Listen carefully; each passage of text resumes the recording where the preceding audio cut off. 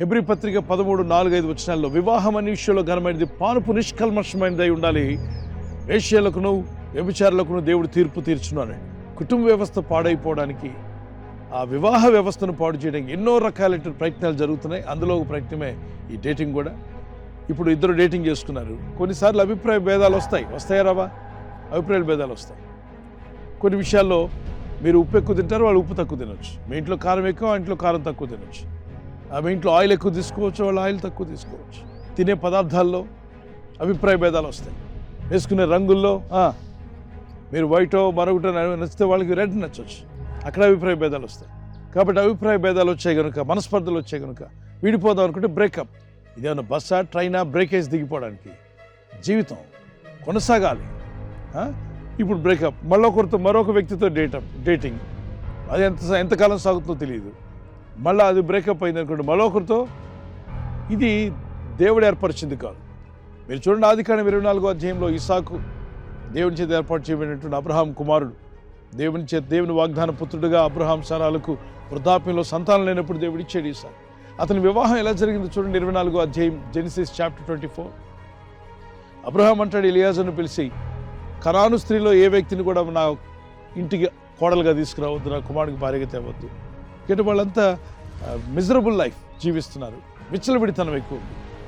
కానీ భక్తి కలిగినటువంటి ఆ కోడలు ఆ ఇంటికి రావాలని ఆశపడ్డాడు. ఎలియాజర్ అనే స్నేహితుతో మాట్లాడతాడు, ప్రార్థన చేసుకుంటాడు.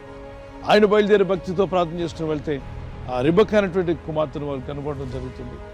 ఆ తర్వాత ఆమెను తీసుకుని వస్తుండగా ఆ పొలాల్లో ఎవరున్నారని చెప్పి అడిగితే, అప్పుడు ఇస్సాకు ధ్యానం చేస్తుంటాడు సాయంకాల సమయంలో.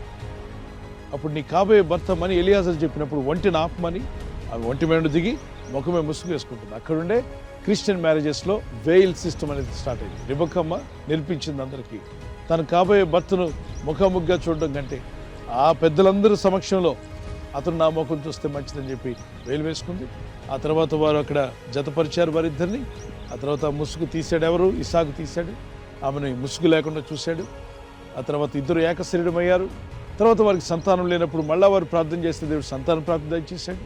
సో ఇక్కడ ఒక పద్ధతి అనేది కనిపిస్తుంది, ఒక కుటుంబ వ్యవస్థ కనబడుతుంది. దాన్ని పాడు చేయడానికి అనేక శక్తులు పోరాడుతున్నాయి, దేవుడు పెట్టిన సిస్టాన్ని పాడు చేయడానికి. దానిలో ఒక భాగం ఈ డేటింగ్ కూడా. సో ఆలోచించండి, ప్రార్థించండి. ఒకవేళ ఇద్దరు ప్రేమలో ఉన్నారా, మరి మనస్పర్ధలన్నీ పక్కన పెట్టి పెద్దలతో చెప్పి, పేరెంట్స్ వైపు ఇరుపక్షాల పేరెంట్స్తో మాట్లాడి, పెద్దలతో కూడా మాట్లాడి వివాహం చేసుకోండి. బ్రేకప్ కాదు, వివాహం చేసుకుని జీవితకాలం కొనసాగి దేవుని కృపలో ఎదగండి. ఒక పక్షి పైకి ఎగరాలంటే 2 రెక్కలు ఆడిస్తుంది.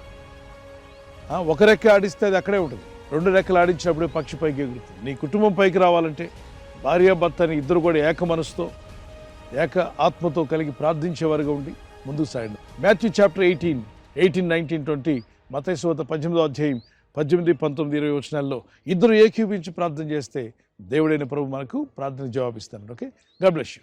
Praise the lord.